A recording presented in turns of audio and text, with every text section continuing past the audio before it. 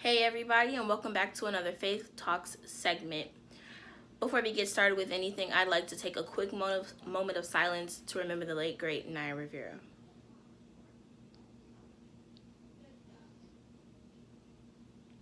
Thank you. Naya Rivera was such a great inspiration in my life. I grew up, but I watched her on Glee. I watched her as a mother, and what kills me is because she died being a hero and she died being a great mother. So, R.I.P. to Naya Rivera. I know you were up there watching over us. Rest in peace, my sweet baby. All right. In other words, I'm back, and today's topic is crucial because a lot of people talk about it, but at the same time they don't. And today's topic is basically how messed up our justice system is. There are so many things that is wrong with it, and I'd like to just take a couple of moments to talk about it and recognize a few things and give a few examples of how it's messed up. Anyways, make sure you guys, before we even get started, make sure you guys go ahead and give this video a like, comment. Make sure you guys subscribe, share this video. If you guys are new to this channel, make sure you guys subscribe for real. I got a lot of content. Make sure you guys go watch all my previous videos. And with that being said, let's get into the video.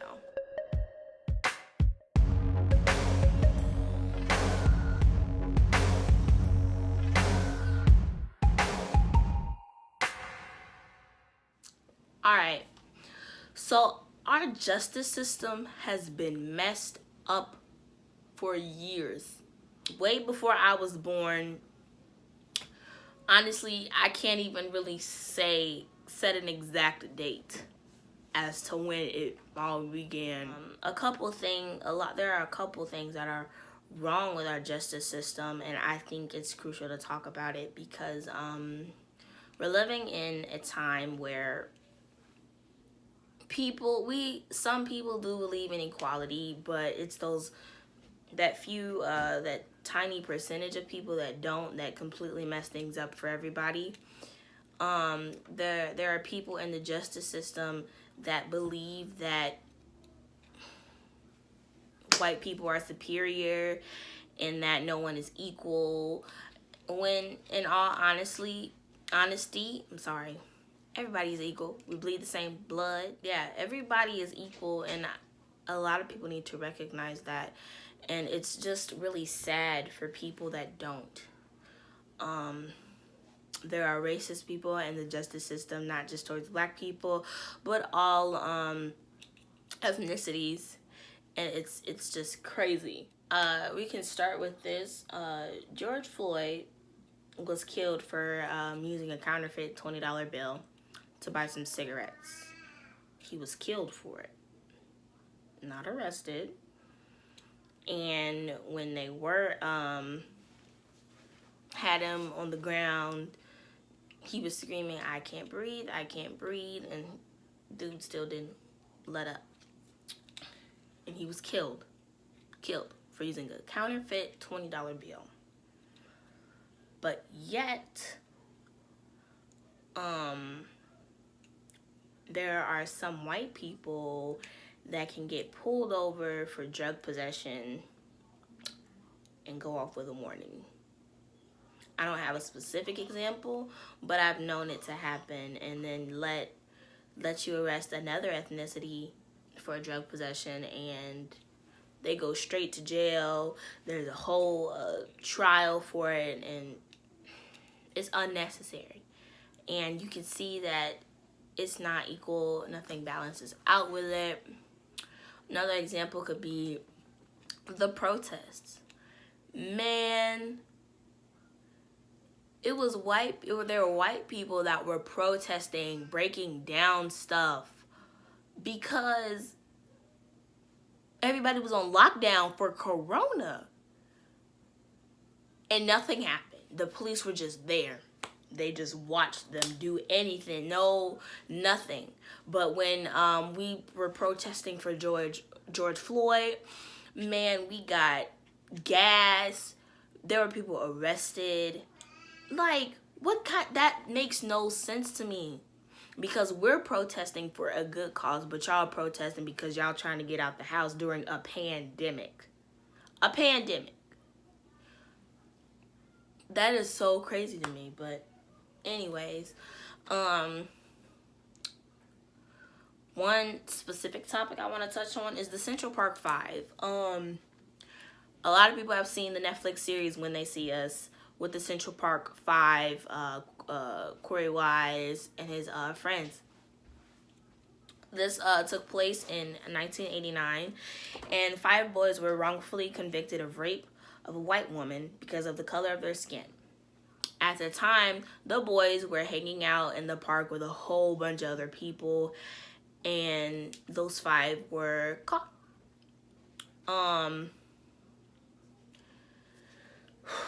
They brought them into the police station, and the police got all 5 boys to wrongfully accuse their friends of raping them, of raping the woman.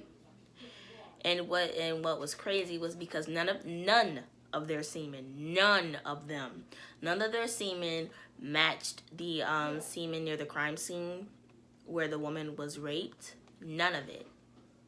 The lady didn't even know who raped her, and yet she was still blaming these 5. She was specifically, she blamed Corey Wise, I believe, from what I remember.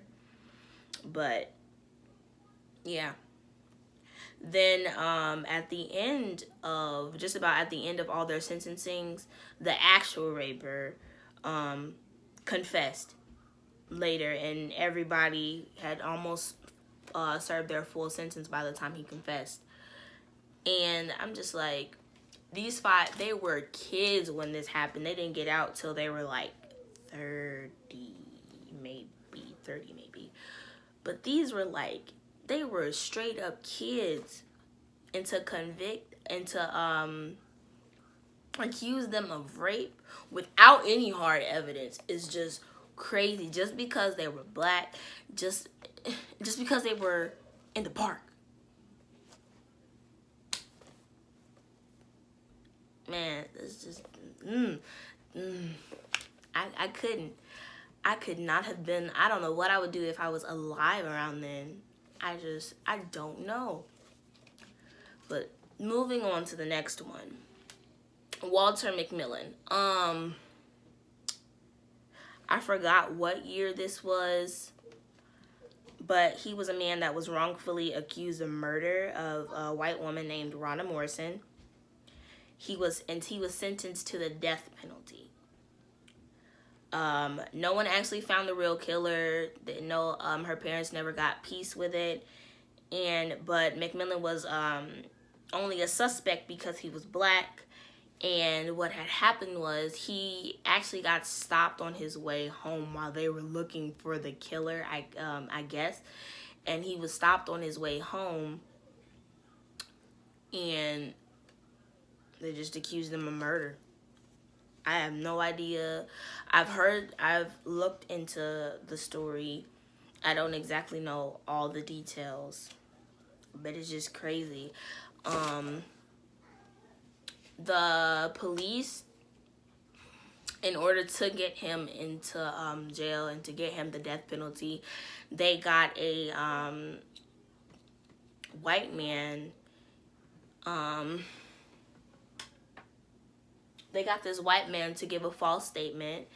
I think it was in return for lowering his sentence, because he was already in jail. He was already in trouble or something, and the cops got him to give a false statement in order for a lesser sentence. But then years later, when they redid the trial, he finally told the truth and was like, they told me to say that he never did anything. He didn't even know the man. He did not know Walter McMillan at all. And he still gave a false statement, but he finally found peace of mind, and he told the truth at the last trial that they did. I remember this man because I watched Just Mercy, and that movie, it's a really good movie. You guys should definitely watch it. With Michael B. Jordan. Anyways, but no, that was a really, really good movie. It was really informational, and I do believe people should see it and watch it and pay attention to the details and take in everything that had went on and everything that was going on back then. Like, I'm not gonna say that we've come a long way, because all this racism stuff and white supremacy stuff, it used to be way, way worse, and I don't know what I would do if I was alive back then. So moving on to the next one. First of all, let's please acknowledge that Brianna Taylor's killers still have not been arrested at all. And people really need to get on that. They still have not been arrested. Her killers are still walking out here free. And no one's doing anything about it. So, guys, let's keep that, let's keep her name in our mouths. Let's keep that hashtag going. Arrest Brianna Taylor's killers for real, because we have to do something for justice, for real. Now, the last point I want to touch on is I am not completely sure if this is still happening, but I read a few articles, and none of them were really too recent. They talked about how it did happen. It wasn't talking about how it's still happening, so I'm not completely sure if it is still going on. But how these immigrant kids were being kept in a detention center in cages. That didn't sit right with me when the information first came out. It was crazy. Like, how is there a penalty for being an ethnicity? Like, you just get hated because you're black, you're Hispanic, you're Indian, and you get hated for it. Like, what kind? That makes no sense to me. You don't have any control over it. You're just born into it. And these kids were kept in cages. They were separated from their parents. They didn't know when they were going to be reunited with their parents at all. They couldn't do anything to help themselves. They couldn't advocate for themselves. We had to do that for them. The blankets that they were sleeping under, they looked like straight up foil, and I'm gonna show you guys a picture of it. But they looked like straight up foil. I don't know what it is. It just looks like straight up foil. These kids were literally being kept in cages in a detention center, barely able to move around. Everyone was packed in together. Kind of reminded me of the slave ships, where we were all packed in together, laying in each other's feces, throw up, and everything. People were literally laying next to dead people. It kind of reminded me of that, because these children are so packed in together in a set space. And honestly, it was kind of smaller than them ships, because it was just one space and everyone was sleeping there. Everyone was just there. And these are freaking kids. These are kids. Kids my age, kids younger than me, that should be in school, that should be playing outside, in a freaking cage. In a cage. Jesus. It's just so sad. And then it's like no kid should be living like that. No human, period, should be living like that. No human should think that is right to do that in the first place. That is just so wrong. And a lot of people, they call themselves Christians, but they're over here doing all these wrong things. That is not how a Christian lives at all. I'm not going to get too biblical, and I'm not going to get too spiritual, because I don't know how I don't know how you guys think or feel. But if you are a Christian, that is not the way to live at all. And another thing I wanted to point out, I read this article where they had said that they had lost track of over 1,500 kids. They lost track of 1,500 kids. They killed them kids, just about. We know it might not have been all. They might have actually lost track of 1,500 kids. But we all know some of those kids died. Them kids can't survive in that type of environment. Barely any air. Can barely breathe. Packed up together. Especially them babies that were there. They can't live like that. Jeez, man, this is really sad in the world. It is really sad, the world that we live in. Honestly, and what kills me is because my generation, we're still going through it. And it's like, oh, if we have kids, what's going to happen when we're older, and what's going to happen when they're kids? What are they going to see? And that's why we need to be... we're protesting. We need to be doing so many things because we don't want our kids living in that type of world. I don't want my son or daughter to have to grow up seeing this type of stuff that I see. It's just crazy. I want them to be able to live an actual childhood and not have to worry about any of this stuff. And I want them to know their history, but I don't want that history to be repeated. Period. I don't want it to be repeated. I hate seeing it myself. And that's why I didn't really want to go into political topics or like not just political topics, but topics that really hurt my heart. I'm not really comfortable talking about this type of stuff too much, but I do, because something needs to be said, and something needs to be said. Things need to be dealt with. And on that note, we just need to pray. I'm just going to pray for our country because it is so screwed up. Our justice system is terrible. Terrible. And nobody should ever have to live like this or see stuff like this, period. Sorry if you guys hear a baby in the background. So sorry.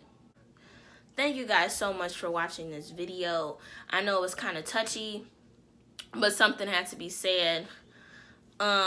Make sure you guys go again, like, comment, subscribe, follow, share the page, all that stuff. All my social media handles will be down below in the description and at the end of my video. So make sure you guys go follow those, share this video, and make sure you guys get the great word out. Sorry if you guys heard a bunch of kids. Yeah. Anyways, have a great day. And I'll see you guys in the next Faith Talks segment. Bye.